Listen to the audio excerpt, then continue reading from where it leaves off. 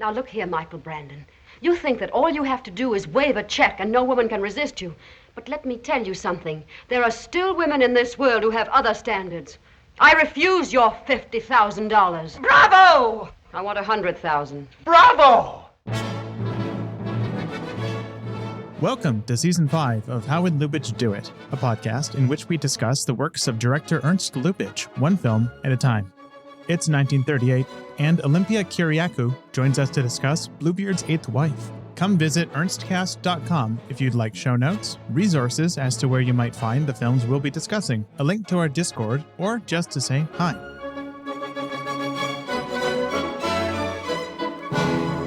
Hello, everyone. We are here now with Olympia Kiriakou. Olympia, do you want to start by introducing yourself? Who are you, and what provoked you to come to talk about what might be the second most obscure Season 5 episode behind That Uncertain Feeling, which is truly obscure? Hi, everyone listening. My name is Olympia Kiriakou. I am a film historian, and I specialize in stardom, gender, and genre in classical Hollywood. My first book, Becoming Carole Lombard, Stardom, Comedy, and Legacy, explores the titular actress's career and evolving star persona. And I'm currently working on my second book, which is Virginia Gray, Good Luck Charm. In addition to my writing, I also am a host of a podcast of my own called The Screwball Story, where each episode takes a deep dive into one Screwball classic or a figure that's beloved in the genre. Well, welcome to the show. And this is a tremendously well-timed entrance for you because we are here on this is not the eve of Screwball. You know, we can probably, depending on the definition, we can trace it back to the early 30s, or some put it at My Man Godfrey, that sort of thing. Mm-hmm. But, your podcast, which I would love to recommend for the audience, it's wonderful. You begin by defining Screwball. And so for the benefit of our audience, I would like to get your definition. What defines a screwball comedy? What sets the Screwball apart from just the romantic comedy or the farce? What's special about it? So Screwball, I would say, is characterized typically with fast-paced dialogue, zany plots, and it's battle of the sexes style comedy. And they often are concerned with issues of class. And Screwball was really born out of, one, the production code, and two, the Depression. And I think the contours of the genre were molded by both.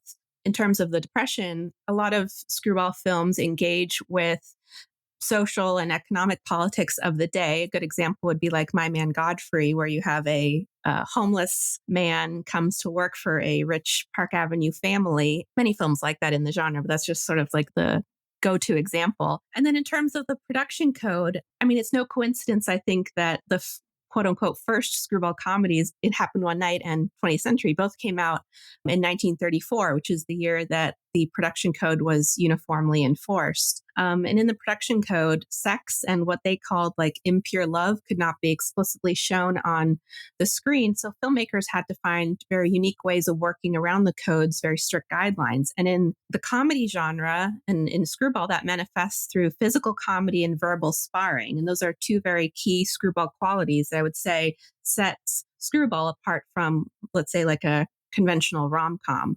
Physical comedy and verbal sparring are sort of like metaphors for romantic intimacy. Various authors, I think William Paul especially, but also James Harvey kind of posit that the code really helped to enable Screwballs because, the type of specifically sexual farce that Lubitsch really specialized in. Something like Trouble in Paradise or Designed for Living are specifically about, kind of domestic politics of sex specifically.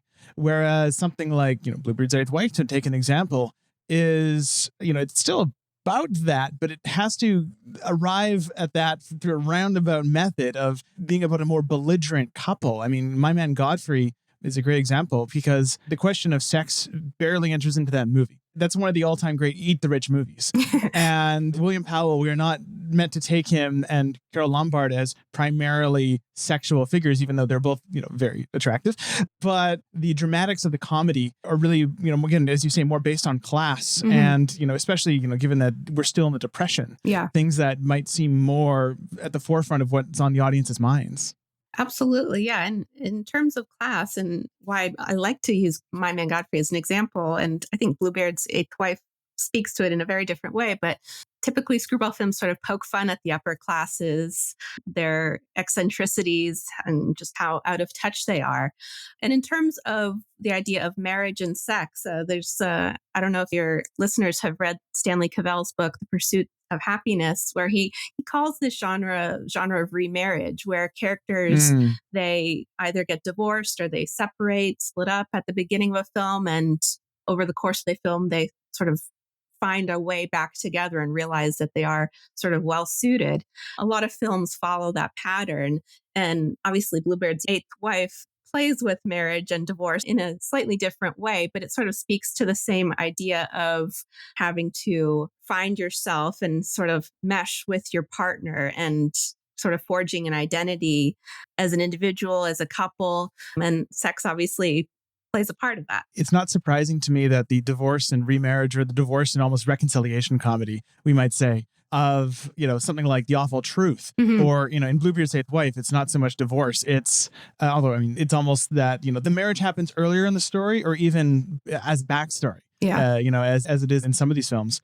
It feels like a pretty clever end run around the strictures of the Hays Code. Under the production code, you cannot really tackle directly sex before marriage. Yeah. Right? And yet, in the case of Bluebeard's Eighth Wife, part of what enables the pretty bawdy stuff between Colbert and Cooper is the fact that they are already married, and that gives Lubitsch and Wilder and Brackett, which we can loop them in a bit, a way wider berth in which to kind of play.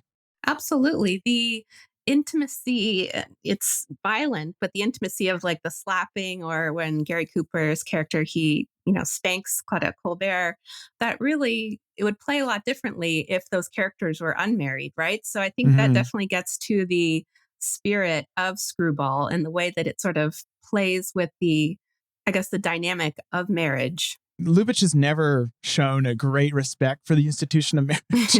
I think one could say this is probably an understatement. And, this film, it feels particularly acute in that way, where there's one terrific joke in this film, which Cooper says, "Here's to our agreement. No lovemaking, no quarrels." Just like an ordinary married couple. I said no quarrels.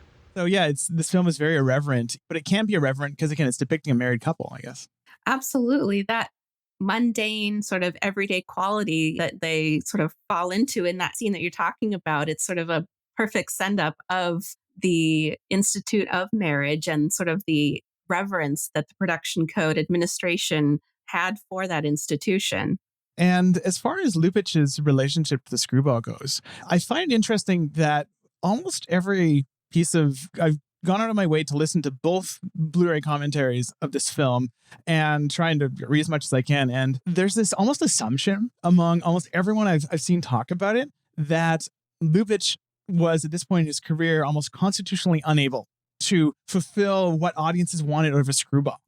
He wasn't capable of being Leo McCarey or Howard Hawks. That's kind of the undertone. Yeah. And having gone through all of his Berlin era films, for example, I kind of am thinking, okay, it's kind of an irony that the Lubitsch that existed in 1918 could probably have done it. He was so anarchic in those days. Something like The Oyster Princess or I Don't Want to Be a Man, those have the exact elements of that Screwball energy that the artist who made the movie Angel seems completely uninterested in. I find that such an interesting little irony of history. It's a paradox where this man grew out of the movement that would kind of render him, in many people's eyes, obsolete. It is interesting. And when people talk about, obviously, you know more about Lubitsch than I do. You've studied him much more intimately.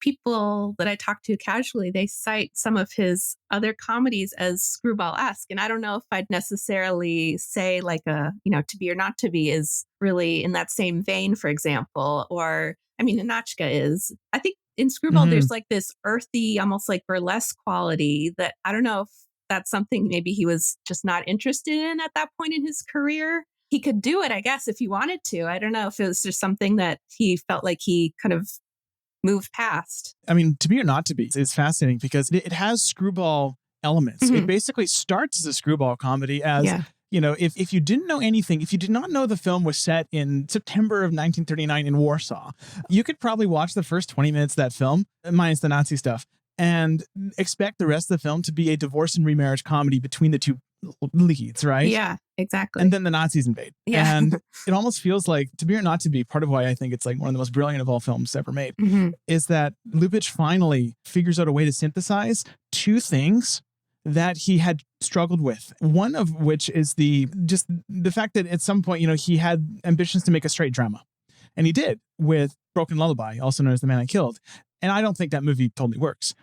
And he also felt the need to, at some point, for one reason or another, make a Screwball with Bluebeard's Eighth Wife. Yeah. And then with To Be or Not to Be, he folds both those impulses into a satire that makes everything work perfectly. I almost feel like he did make a perfect Screwball. It's just he did it by not making one. Yeah, it seems like To Be or Not to Be. I mean, I think it's my favorite Carole Lombard movie and among my favorite movies of all time. It's almost like he had a second go at Screwball and he sort of tweaked what maybe didn't work with Bluebeard's Eighth Wife and sort of got it right in that time. The dynamics between like Maria and Joseph are just like textbook Screwball. One film I want to bring up because a third of the people I've read have referred to it as a Screwball. The other two thirds have emphatically said the other third is wrong. And that is Designed for Living.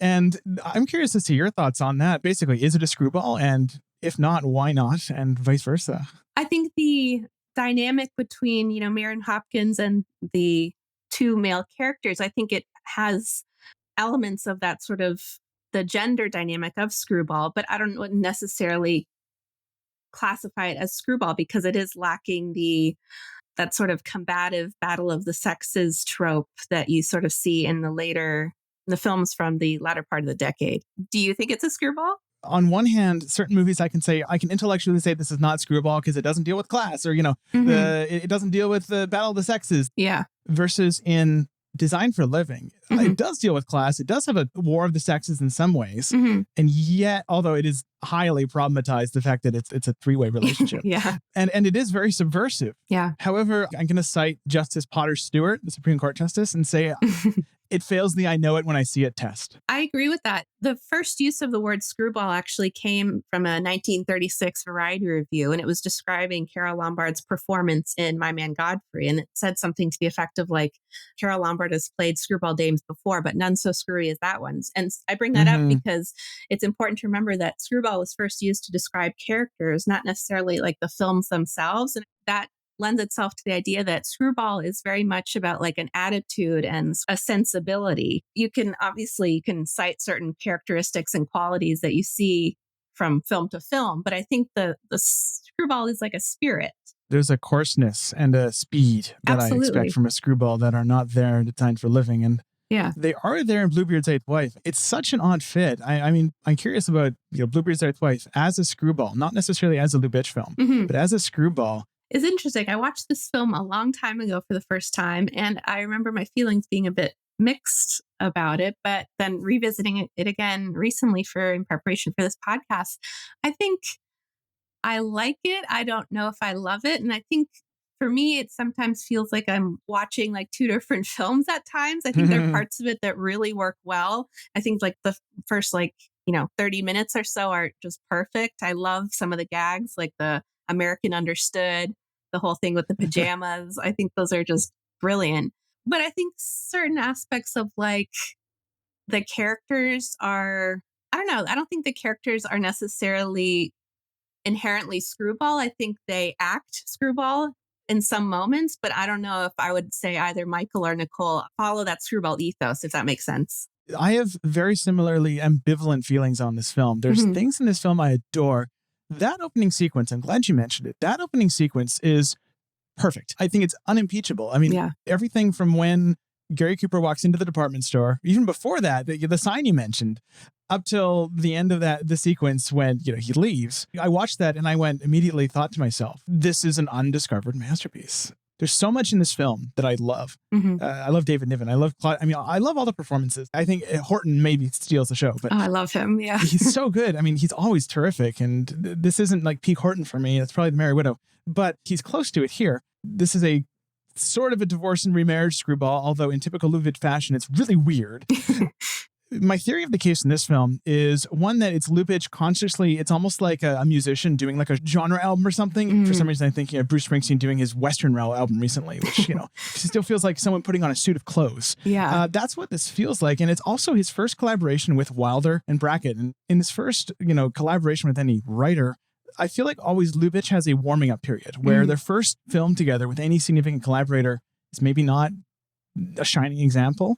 His first film with Samson Rifleson was Broken Lullaby, actually, even though it came out second. They wrote that before writing Smiling Lieutenant, which is a way better movie. Yeah. And this is his first collaboration with the Wilder Brackett duo. And no coincidence, everything that kind of works here works basically perfectly in NINOTCHKA. Yeah. Again, as I was saying before, it feels almost like a trial for the actual show that'll come later. I know Wilder was the one who came up with that pajama opening hook. Yeah. I'll take this one. How much? 200 francs. Here's 100. I just want the tops. What? I don't want the pants, just the tops. Oh, I'm very sorry, monsieur, but we don't sell the jackets without the pantalon.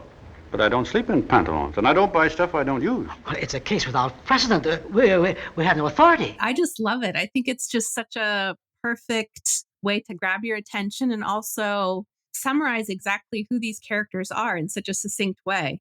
Yeah, it's such a typical train of Lubitsch business, right? Where we're not only being told, the Gary Cooper character, we're immediately told how he got to the way he is. He's a wheeler and dealer, right? He will not spend a penny that he doesn't have to, and because he wants to invest it. It's an interesting thing because he's a fool in the film. He's an outright fool, but just by dint of him being cheap in this scene, basically, we're told, okay, so he has business sense. Yeah. Even if he doesn't have personal sense. Colbert comes in like this slight hurricane of chaos to rectify the situation in a very chaotic way. But what really strikes me with that scene is actually the little remake of his 1932 short film that was part of If I Had a Million, The Clerk, because that's the film in which Charles Laughton plays a clerk. It's exactly 2 minutes long, and he goes through a succession of doors after receiving $1 million check. It's assistant, executive assistant to the executive assistant, and then finally the boss's door. And that's remade basically beat for beat here with the scene in which, the clerk goes up to talk to a supervisor, who goes up to talk to the manager, who goes up to call the CEO of the chain, we might assume, just to deal with this very, very minor detail. And that whole bit of business immediately tells us, okay, as you said earlier, this movie is about class. It's about division. It's about these layers of the way that people cloister themselves with money. And it pays off so well. The boss, he gets out of bed and he realizes he's not wearing pants either. So it's like the perfect chef's kiss at the end of that scene. Even just that way that you call it typical Lubitsch business, the use of an object to establish character. At all points in this film, you also have the bathtub, the straitjacket. The labor of characterization is constantly offloaded to objects. It's interesting to me that Nicole uses that object to immediately size Michael up. I think she, at one point in that scene, she says, if there was ever a stripey type, it's you. So it's immediately, he's met his match and she's not going to be played for a fool. It's so interesting to me that for a film that gets off to such a good start with its characters, my single big hang up with the rest of the film is that on my third viewing this time, I was still at so many points, I felt left in the dark about why characters were making decisions they were making. I always log films in Letterboxd and write my thoughts. And I read my first review of this, or not review, it's a series of scrawls in a diary, but I read my scrawls, and my first one was, it feels like things have been edited out of this film, right? It almost feels like this film has been cut for time. And I no longer think that, but it almost feels like in the name of getting that screwball rhythm going, Lubitsch is not giving himself the breathing room with which to create the little implications that weave together the causal links of his characters. I feel the same way as you. I think that certain character actions, decisions that they make, I don't necessarily want to be told explicitly, but I feel like in certain scenes, more exposition is required that maybe we don't necessarily get. And so I definitely agree with you that there is almost like gaps. I think one such gap is when we cut from, their wedding, or we cut directly from their kind of pre-marriage to them being married, we get that title card that says, if newlyweds need to bail out Czechoslovakia to fall asleep, it's not the fall of Czechoslovakia. We are basically told, okay, the marriage isn't working. But for a while there, I feel like we're not privy to why. I'm being informed that this marriage is cold and not working, but I've also been told that these characters are, despite all the money stuff, in love. And it almost feels like a cart before the horse bit of storytelling, where it's like, okay, we need to get the characters to this spot for the story to work, but we haven't really done the legwork to get them there. Yeah, because then you have a little montage, and then they eventually meet in like the bookstore where they're very icy towards one another. He basically like pleads with her, like, if you're only a little nicer to me. And she asks what kind of books he's reading. She says something to the effect of like, oh, I think you'll end up with a whole library. I feel like we needed an extra scene in there to sort of get us to that point. Yeah, it feels like a set of plot beats more than a series of characters and their arcs. I felt similarly during the bit when the whole business where he buys the Louis XIV's bathtub, and he's a very tall man, and obviously Louis XIV was a very short man, and that creates, he thinks it's the wash basin.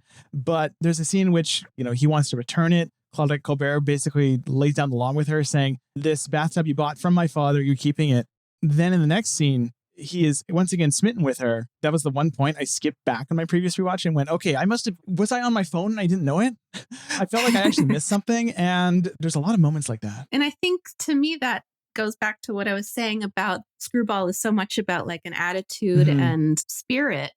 I think the balance between like the adversarial moments and sort of the romantic ones, it's kind of off there. So you're kind of left confused. There are so many little beats. I mean, the Wilder and Brackett in this cannot be understated. I mean, one scene, I think the kind of taming of the shrew sequence, the twist of this film is that Cooper is the shrew that needs to be tamed, but he thinks he is taming his wife, right? That's the central comedy. And I think that bit works terrifically. And the fact that it's a comedic deployment of domestic abuse, which is obviously has certain problematic elements. As a piece of kind of comedy writing, I think that scene is very admirable and somehow pulls it through. Yeah. By dint of the fact that I think Lubitsch is very unwilling to make Gary Cooper. I wish it was Cary Grant, but Lubitsch is clearly unwilling to make Gary Cooper or imply that he is violent at all by his nature. He is just a dolt who thinks that this is how you deal with your troublesome wife. Yeah. And that's why he can get away with it, right? Like he's reading this book and he thinks, okay, this is how I should behave towards my wife to sort of get her in line. But based on all you've seen up until that point and just the fact that he's like laboring over this book, that this is so out of character for him.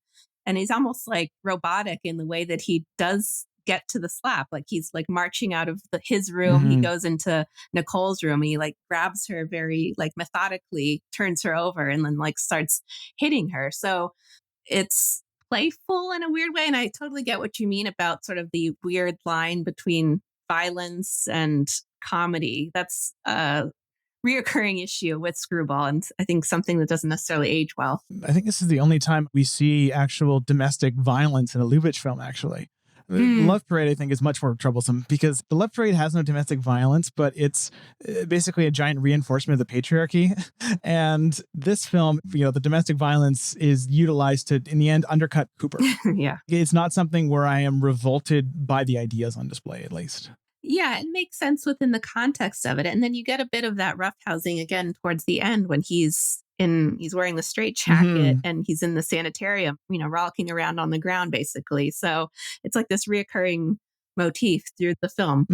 And it's interesting that throughout, too, all this, it's no coincidence that I'm picking out all the Gary Cooper moments, even though I think Colbert probably gives the better performance. I think she's the better actor. But I feel like the film has, throughout, a much better grasp on his character. At any given point, I can basically, and again, this is very trite screenwriting stuff, but I think when a film is actually trying to do that and not quite getting there is useful. At any given point, I could probably tell someone sitting next to me, okay, what is the conflict that Cooper is facing? What are his motivations? Why is he taking the actions? I can put two and two together. But in the back half, I could almost never do that for Colbert. Yeah, Nicole is almost an enigma at some point, right? She is very typical Screwball in the sense that she is very independent, to a point stubborn, but also mysterious, right? Like what motivates her to start writing, letters to Gary Cooper, pretending that she's like this other man. I think it works with her being Claudette Colbert. I think she has this very sort of suave, sophisticated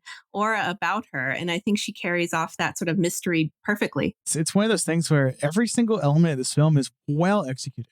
Colbert plays a character who I think has issues on the page extraordinarily well. Niven is, I mean, I haven't even mentioned David Niven. He's terrific. I love him. Yeah. He looks so young. Yeah. I understand why this guy is a comic legend immediately just in this performance. He's a character actor in this. I mean, I could put in the same category as Horton, but he manages to transcend that eventually.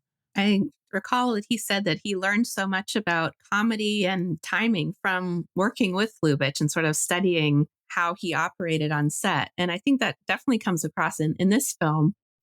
Has such a, I don't know, joie de vivre about him. And it's such a contrast between someone like Gary Cooper's character, who's so very methodical and hard-headed. As far as Cooper goes, what do you think of Cooper in this? I won't bury the lead on mine. I actually quite like him in this. I do too. I was honestly surprised to learn that a lot of the criticism about this film sort of landed at his feet. And I think Frank Nugent said that Lubitsch had a hard time trying to pass Gary Cooper off as this multimillionaire womanizer. But I think he does it well. I think he has the ability to pull off light comedy. And I think you see that at moments like where he's playing the piano, he's singing, "Looky, looky, looky, here comes Cookie." Looky, looky, looky, here comes Cookie, walking down the street. Looky, looky, looky, I call her Cookie, 'cause she's sweet. Oh my God, you're making me cry. Oh, that's not fair. He can be playful. And would he been my first choice to cast in this role? I don't know. I would have maybe picked someone like Frederick March, maybe. You need someone who's like very American, but also could play like a sort of smarmy womanizer. I like Cooper, though. I don't think he's the fault of the film. I like him in this more than I do in Design for Living, even. And I think he's all right in Design for Living. The seams really show in that movie on his performance. I feel like he's learning. In this one, I really found myself, I mean, when he's trying to spell Czechoslovakia to sleep. K.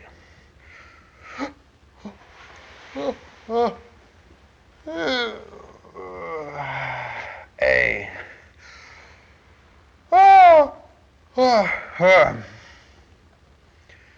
V. Ooh. There's that wonderfully, like, very poorly written sign he has. Yeah. But his facial acting throughout the film, I was really taken with this time. Yeah. I still struggle with some of his line deliveries, but his actual physical performance, he's become weirdly great at comedy in the close-up. He is a good example of a movie star. I'm not sure if it was Orson Welles who said something about how, like, in real life, Cooper was sort of unremarkable, but once you look at him through the lens of a camera, he sort of comes alive. And I think that's definitely true in this film. I think he has this, I don't know, twinkle in his eye at different points in the film that is, there's a cheekiness to his character. And I think he specifically brings that out. This might be the most twinkly I've ever seen him. Later on, I recently watched Love in the Afternoon, the Billy Wilder film with him. And I'm sad to say I thought he was a massive liability there. But in this, I think, he's still young enough to be really, really attractive in this one. But he hasn't aged into the face on Mount Rushmore yet that he would later become. But yeah, so I quite like him, even if he's like fourth or fifth down the list of my favorite cast members in this movie. I agree with you. I think Edward Everett Horton is so good. Oh, yeah. Him and Claudette, I think, are probably up there for me as like the two best. I love Claudette Colbert. I think she was such a smart performer. And I think she played a different type of screwball heroine that was different from like a Carole Lombard or Rosalind Russell. She was always very composed, even when she was performing, like, say, physical comedy. She has never sort of lost her chicness. And I think that was such a unique quality to her. One never gets the sense that she's ever lowering herself to any material. She was made for this era. Absolutely. She is a perfect sort of 30s heroine. I think she, like Cooper, she's very playful in this film. I love the moment where she eats the onions behind his back. She has this sort of like devilish grin that you see in this close-up. I think it's so perfect because you know what's going to come next. Absolutely. And I love the behind the scenes story about how Lubitsch kind of explained that to Colbert.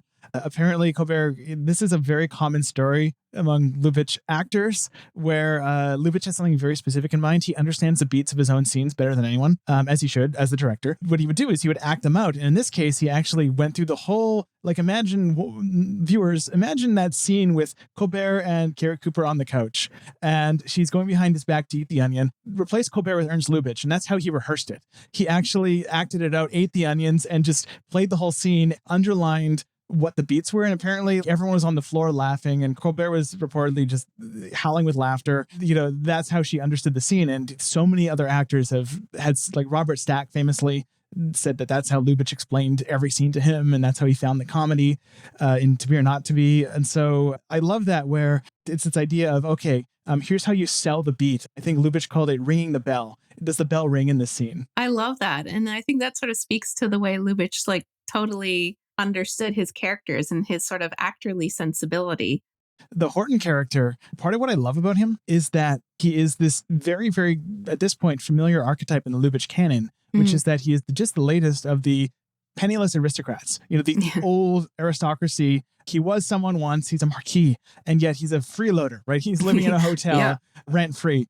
And I just love that type has survived from all the way back in The Oyster Princess, which is when we first saw it. And Edward Everett Horton is the perfect actor for that type of character. He brings this dignified, fussy quality to that role that you really need. Yeah, the Marquis, he's a freeloader, but he tries to maintain his dignity despite all of, whatever is thrown at him, right? He's uncompromising and trying to sort of maintain their family status. The moment when I knew that, oh, okay, I love this character is when he climbs out of bed and is wearing the striped pajamas. And you have typical Lubitsch touch scene, the door, where Cooper and Colbert, I feel bad for calling everyone by their actors' names, but after so many of these films, I'm fully propagandized by the star system, so I only see the stars. You probably lose track. Oh, yes. I'm just like, who is Nicole? But either way, there's the scene when they're to be married, and the big twist happens where Cooper delivers the news to Colbert that he's actually been married 7 times. She storms out to the room of the engagement party and delivers the news, and you hear a woman scream, "Someone's fainted!" And you think it's Colbert. In comes a large man carrying Edward Everett Horton. I love that. That tells us everything we need to know about his character, and it's off screen, and it's through misdirection. What's more Lubitsch than that? Absolutely. It's a perfect sort of like chef's kiss of that scene, right? Yeah, Monsieur Loisel. Can't believe, oh my God, this guy has been married 7 times. He's married my daughter. How much can he pay? Yeah. Yeah, exactly. You better up your price. Yeah, when he's like timing it, and when Colbert goes, every minute my price goes up. Goes and up. Like, oh. Yeah. Keep going, right? Yeah, keep going. So it's great. I mean, that's another bit where I'm just like, that is so Wilder. That kind of like little like addition of him in the background, and even his face. I mean, has there ever been a better actor at reacting to things while he's in the background? I don't think so. Absolutely. He has such like a malleable face. He can do deadpan, but he's also so expressive.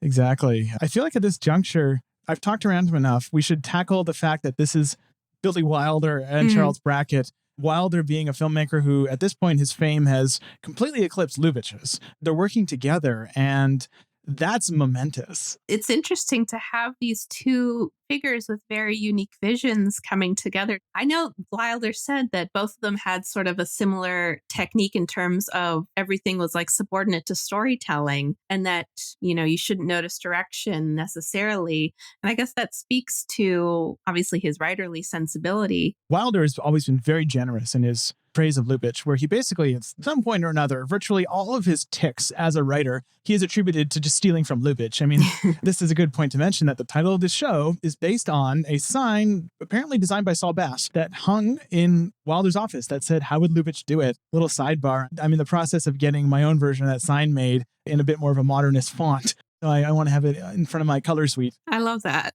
I'm going to just read a quote from the Scott Eyman book that Wilder said. Lubitsch gave Wilder an underlying attitude, an aesthetic belief system.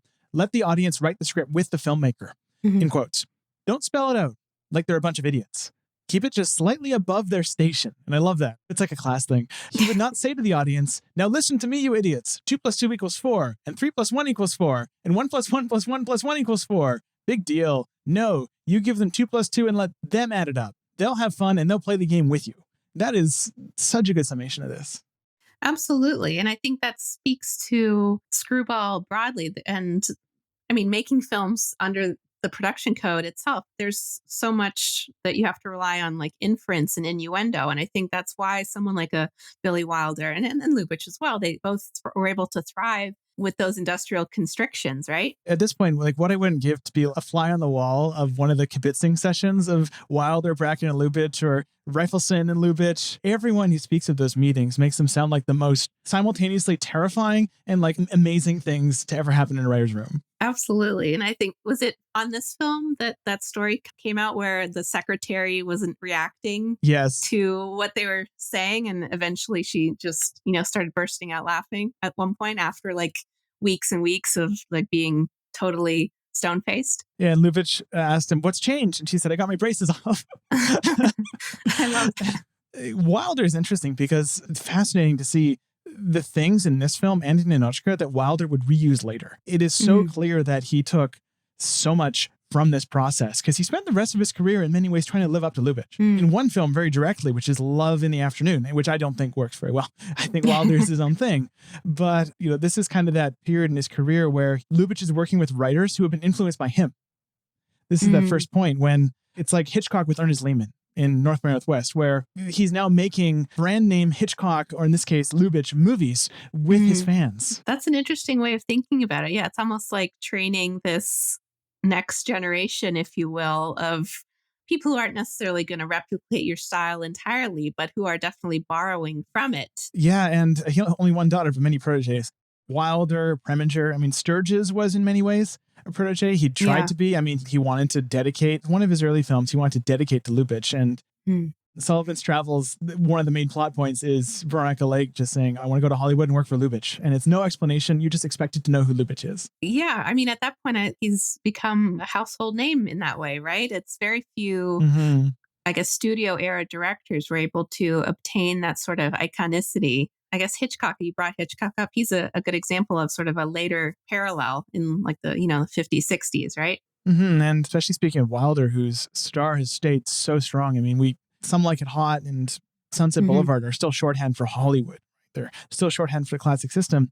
Lubitsch has fallen so far from that in the public consciousness. I've had many guests opine on this, but how do you account, for example, Wilder's staying power versus, aside from being 10 years younger, Wilder's staying power versus Lubitsch's kind of, he's been basically an obscure name for going on half a century now. Is it because maybe he's associated with a very specific style of classical Hollywood or a particular, I don't know, his name sort of is, I guess if you ask sort of fans who are maybe not necessarily as in tune with classical Hollywood than maybe you and I are, do they associate him maybe with like pre-code or something like that? Is that a reason? Like he's more niche? I definitely think part of it is that so much of his career takes place. More than half of his films are silent. Yeah. More than half of his films were made not only silent, but in Germany. So that's over half his career. And most of those were lost. But I also think there's this sense that Lubitsch is he's almost like a very subtle wine that you have to get used to. You have to get a taste for him. And then slowly, because the first 3 or 4 films of his I watched, with the exception of To Be or Not to Be, I was like, films I would later love. I watched The Smiling Lieutenant and I went, I don't really get it. And then I watch it years later and I go, this is a perfect movie or close to it. Yeah, I definitely can understand that. I think you have to sort of acclimatize yourself to classical Hollywood broadly, but someone who with such a distinct style like Lubitsch, maybe for the uninitiated, it's a lot to sort of get into. I know, remember I once played Bringing Up Baby in class, and after one of my students said to me, can you maybe turn on the subtitles next time? Because I can't quite understand what they're saying. And I guess to me, that's sort of like maybe a parallel example where you have to sort of train yourself to sort of get into that world. It's almost like speaking a language where I feel like Wilder's language is a lot more in common with for example, I can really see a lot of Wilder in like the Adam McKay, Judd Apatow movies of the 2000s, this kind of fast-paced cynicism, even if those films are often not cynical. It's just this fast-paced irreverence, let's call it. And versus Lubitsch, where he's irreverent, but in a much more minor key. Yeah, it's a lot more subtle, right? And so you have to sort of, as you said, learn the language, right? And it does take some time, but I think once you get there and once you can sort of speak that language, it's beautiful. I also think Lubitsch has what I call the Errol Morris problem. Errol Morris it's a personal reference for me because I think he's It's my favorite example of this, where so many of his innovations, so much of his genius has become embedded in the DNA of all cinema. Yeah. If you've seen any random YouTuber's vlog, you've seen what Errol Morris is doing, what made him special, done much worse. But with Lubitsch, it's enough academics have said this that I believe them, that he might be the single most consequential figure to film comedy. And part of that comes with being the standard. So if you're the standard that everything's judged against, at least among filmmakers, well, then everyone's going to take you for granted. Absolutely, right? It's almost like you've seen it so many times, but maybe you don't recognize what it is fully. Mm-hmm. He had such a unique, sophisticated way of expressing, romance, love in his films, and to work around the code with such finesse. He did really set the standard. Well, my favorite film is To Be or Not to Be. There's so many wonderful moments in that.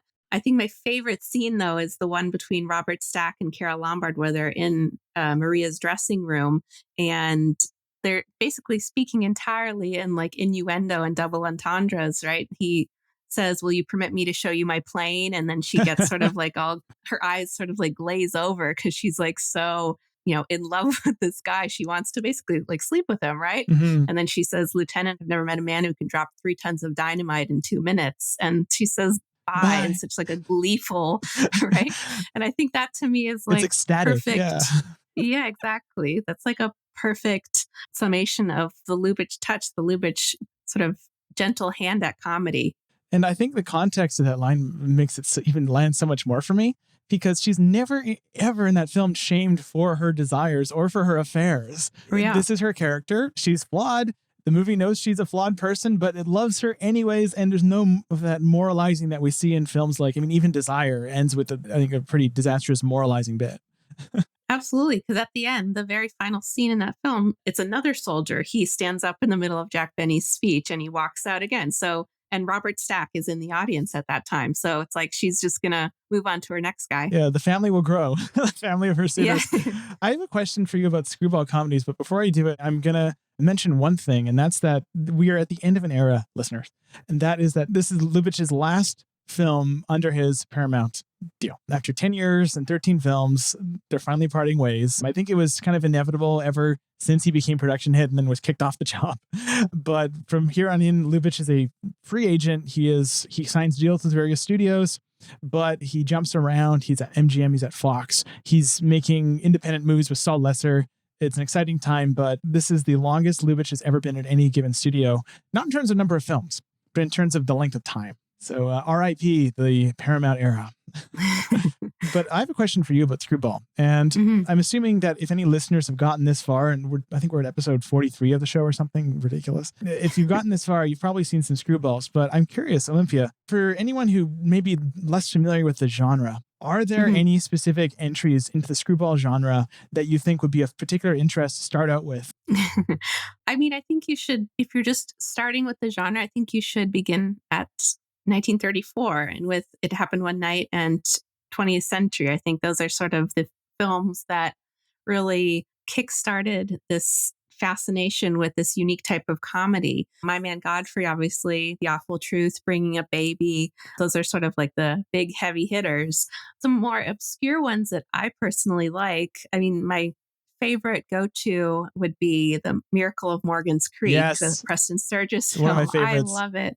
It's so good. And I like it so much. I mean, it's kooky. It's silly. It's about this girl. She goes to a soldier's going away party and she ends up getting pregnant and she doesn't know who the father is. It's really, honestly, shocking to think about how it got made. And I love it so much for its silliness, but also in the way that Preston Sturges basically gave, a middle finger to the production code administration. He was basically making that film one way or another. And he was, even shooting certain scenes before they got, production code approval. So it's just such a fascinating, like, anomaly almost in 30s, 40s era comedies. It's very provocative.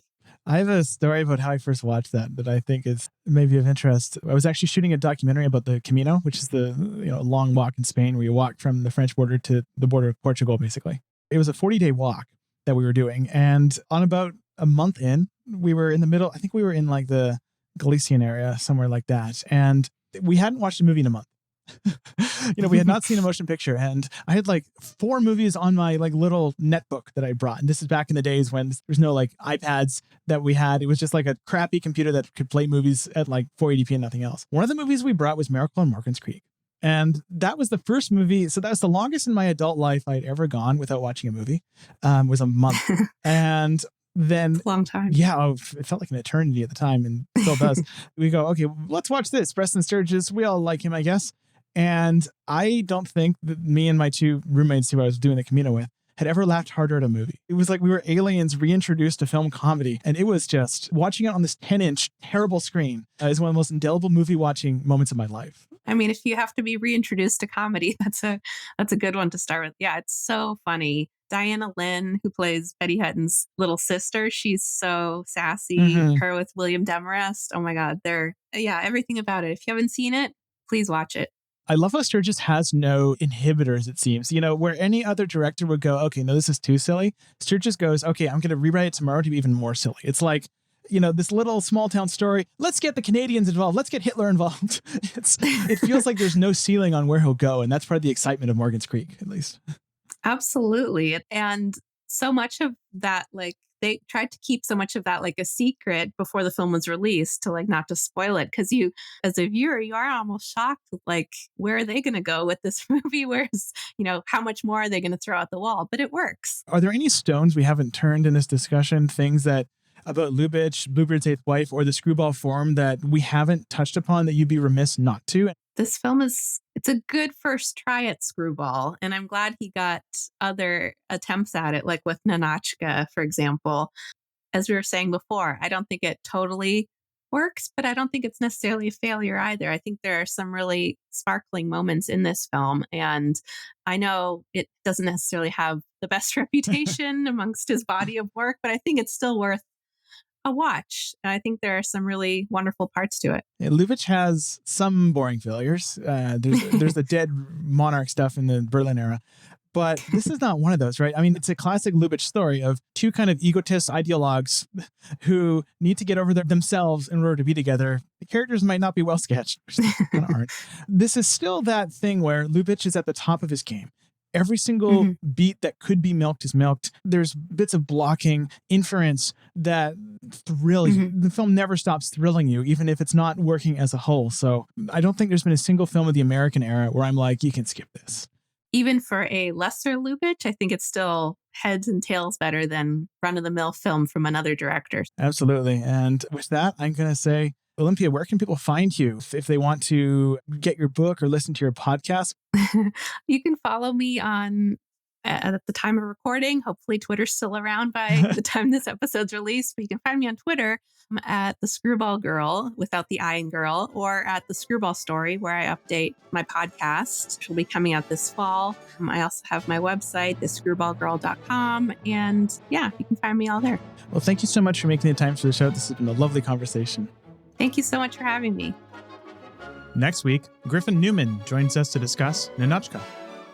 Head over to ernstcast.com for information as to where you might find the films we'll be discussing this season and other resources such as show notes and our Discord server. How Would Lubitsch Do It is a production of Moving Image Agency. Sophia Yoon was our dialogue editor for this episode. If you enjoyed this episode, please rate and review us on whatever podcast platform you happen to use. It helps other people find our podcast and therefore find Ernst Lubitsch.